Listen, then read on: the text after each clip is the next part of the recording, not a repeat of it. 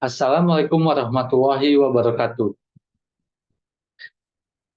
Di sini saya akan mempresentasikan mata kuliah standar regulasi bisnis dan telekomunikasi. Kami di sini mengambil judul Smart Kitchen Cabinet. Sebelumnya perkenalkan, ini tim kami. Yang pertama ada saya sendiri, Kaisidan Mutakin. Dan rekan saya ada Ivan Aditya Sudarsono. Dan terakhir rekan saya ada Asyam Irfan Paras. Baik, mari kita lanjut. Apa sih Smart Kitchen Cabinet itu? Nah, di sini terdapat di latar belakang makanan merupakan kebutuhan pokok yang mudah diakses di berbagai tempat dengan kemasan yang menarik. Meskipun begitu, masalah muncul ketika setiap produk makanan memiliki masa kadaluarsa yang membuat konsumen sangat mengandalkan pada tersebut untuk memastikan keamanan konsumsinya. Kitchen cabinet ini sebagai penyimpanan utama di dapur memiliki peran yang sangat penting dalam menjaga kualitas makanan di era generasi milenial dan terutama Gen Z ini, yaitu banyak orang yang mencari produk yang tidak hanya intuitif dan fungsional, akan tetapi juga sesuai dengan gaya hidup modern mereka. Nah, di latar belakang ini terdapat sebuah permasalahan, yang dimana permasalahan ini masyarakat sangat mengandalkan tanggal kadaluarsa sebagai indikator keamanan konsumsi makanan dan bagaimana kita dapat meningkatkan keamanan dan kepercayaan konsumen terhadap makanan yang disimpan di rumah. Makanan yang dibeli seringkali terbuang ketika tidak dikonsumsi sebelum mencapai masa kadaluarsa. Namun terjadi pemborosan makanan yang menjadi masalah lingkungan dan ekonomi yang perlu diatasi. Baik, mari kita lanjut pada peluang bisnis. Terdapat di sini peluang bisnis. Di sini terdapat ada 5 poin. Yang pertama ada pantau masa kadaluarsa.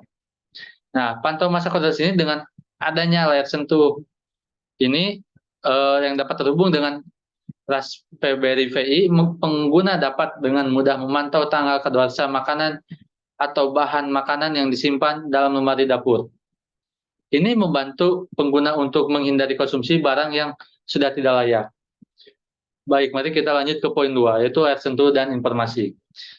Di layar sentuh dan informasi ini, yaitu layar sentuh yang terintegrasi dengan aplikasi berbagai Android memberikan fungsi sebuah hiburan dan informasi tambahan, yang dimana pengguna dapat menonton video atau mendengarkan musik atau bahkan membaca berita sambil di dapur. Lalu yang ketiga, kamera internal.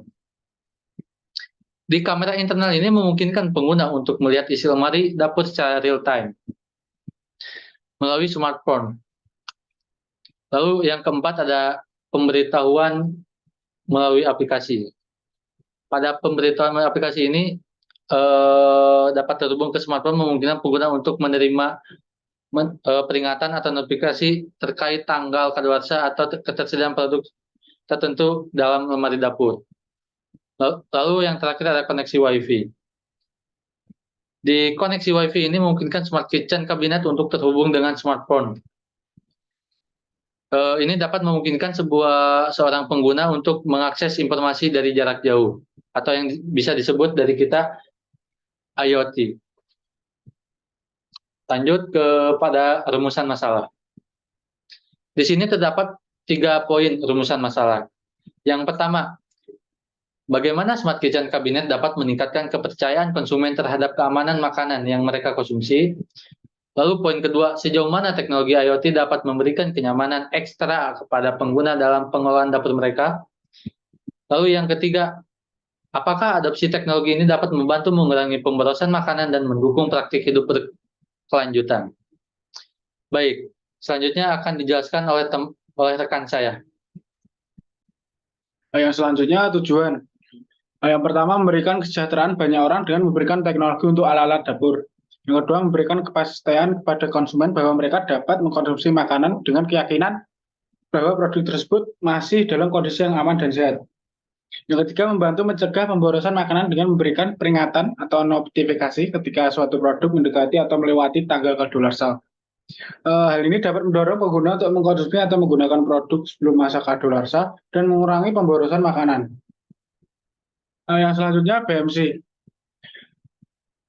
key partner. Yang pertama pemasok bahan baku, yang kedua pemasok teknologi seperti Raspberry Pi,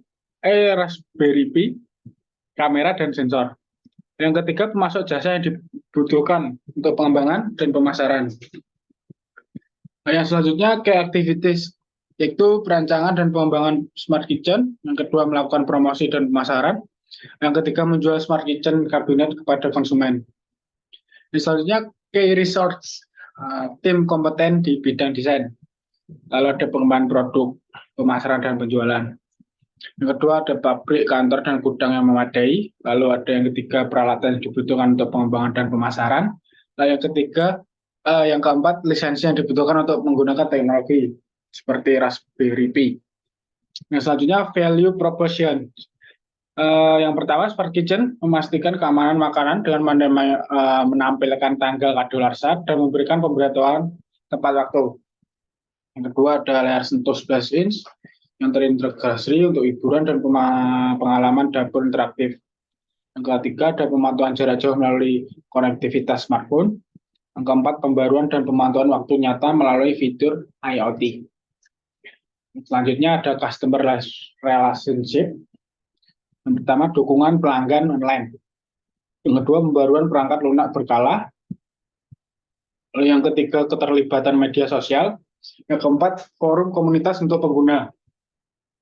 Yang selanjutnya ada channels seperti website, e-commerce, lalu ada toko elektronik dan perabotan rumah tangga, lalu ada penjual peralatan rumah pintar, lalu ada kemitraan dengan produsen peralatan dapur.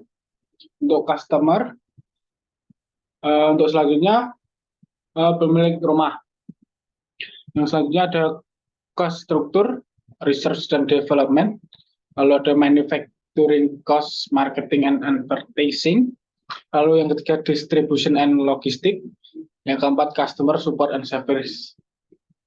Yang selanjutnya revenue stream, terdapat produk sales, lalu ada subscription for premier users, ada yang ketiga licensing teknologi to kitchen appliance manufacture. Yang selanjutnya penjelasan teknologi. Smart kitchen ini dipasang berbagai fitur. Yang pertama ada layar sentuh 10,1 inch yang diisi berbagai aplikasi yang berbasis Android, yang mana dirancang menggunakan Raspberry Pi. Fitur ini juga dapat menandai tanggal kadaluarsa makanan atau bahan makanan yang ada di dalam smart kitchen cabinet.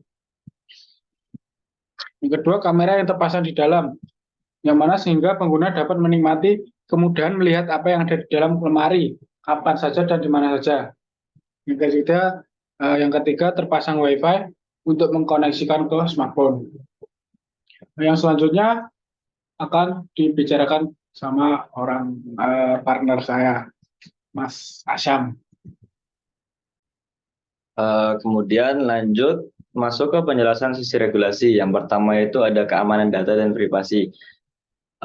Di sini itu poin pentingnya memastikan bahwa data yang dikumpulkan oleh Smart Kitchen Cabinet, terutama melalui kamera dan sensor IoT, diatur sesuai dengan hukum privasi yang berlaku di wilayah tersebut. Kemudian menerapkan enkripsi untuk melindungi data yang ditransmisikan antara Smart Kitchen Cabinet dan perangkat lain seperti smartphone. Kemudian memberikan informasi yang jelas kepada pengguna tentang jenis data yang dikumpulkan, cara penggunaan data tersebut, serta hak privasi mereka. Yang kedua itu ada peraturan terkait produk elektronik dan IoT, yang mana poinnya itu memastikan bahwa produk Smart Kitchen Cabinet memenuhi standar keamanan dan keselamatan yang berlaku untuk produk elektronik IoT ini. Kemudian memperhatikan persyaratan perangkat keras dan perangkat lunak yang berlaku, termasuk sertifikasi keselamatan dan elektromagnetik. Yang ketiga, ada regulasi penggunaan kamera, yang mana menentukan kepatuhan terhadap hukum dan regulasi terkait penggunaan kamera di rumah tangga.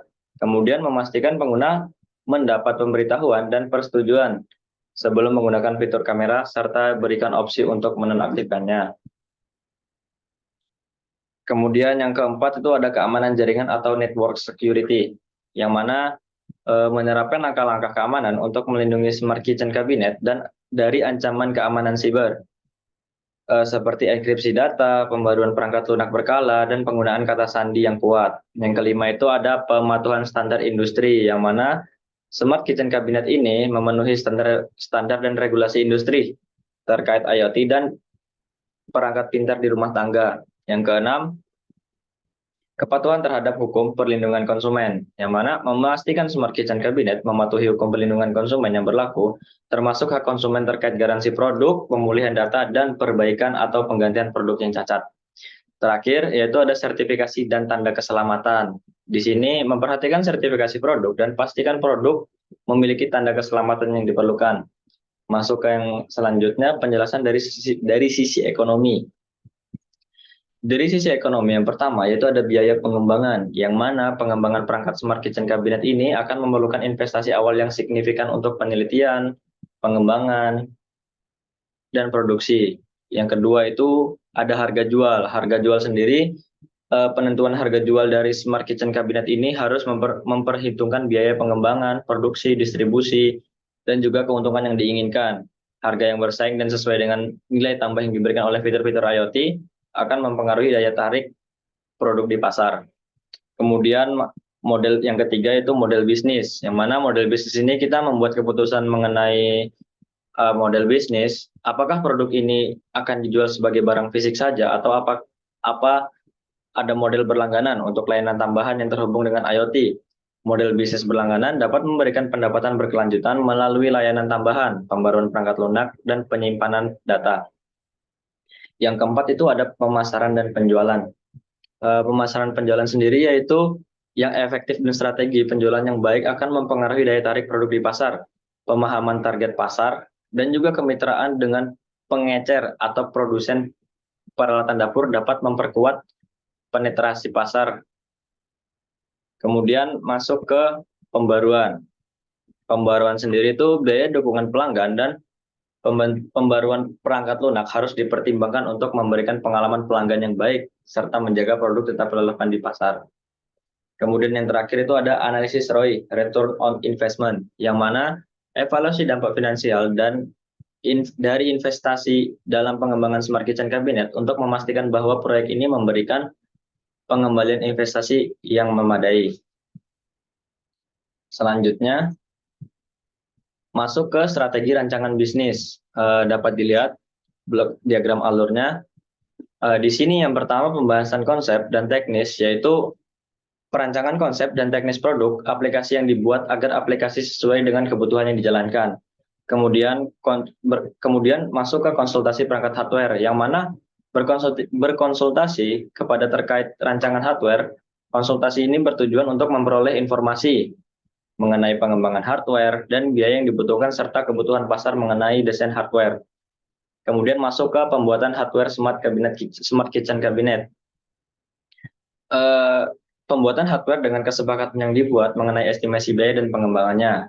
Kemudian masuk ke demo smart cabinet kitchen. Demo smart cabinet kitchen sendiri melakukan simulasi atau demo hardware apakah sudah sesuai atau belum. Kemudian lanjut ke launching smart cabinet kitchen, yang mana dalam yang mana itu memperoleh produk-produk yang ditawarkan. Target yang dituju dalam hal ini merupakan keluarga yang memiliki rumah dan ruangan dapur, itu sudah pasti. Kemudian pendanaan produk smart cabinet kitchen, itu dalam hal pendanaan akan menawarkan kerjasama. Maka dari itu tahap ini tuh perlu dilakukan kerjasama antara tokoh komponen. Dalam kerjasama ini juga akan disepakati dengan pendatanganan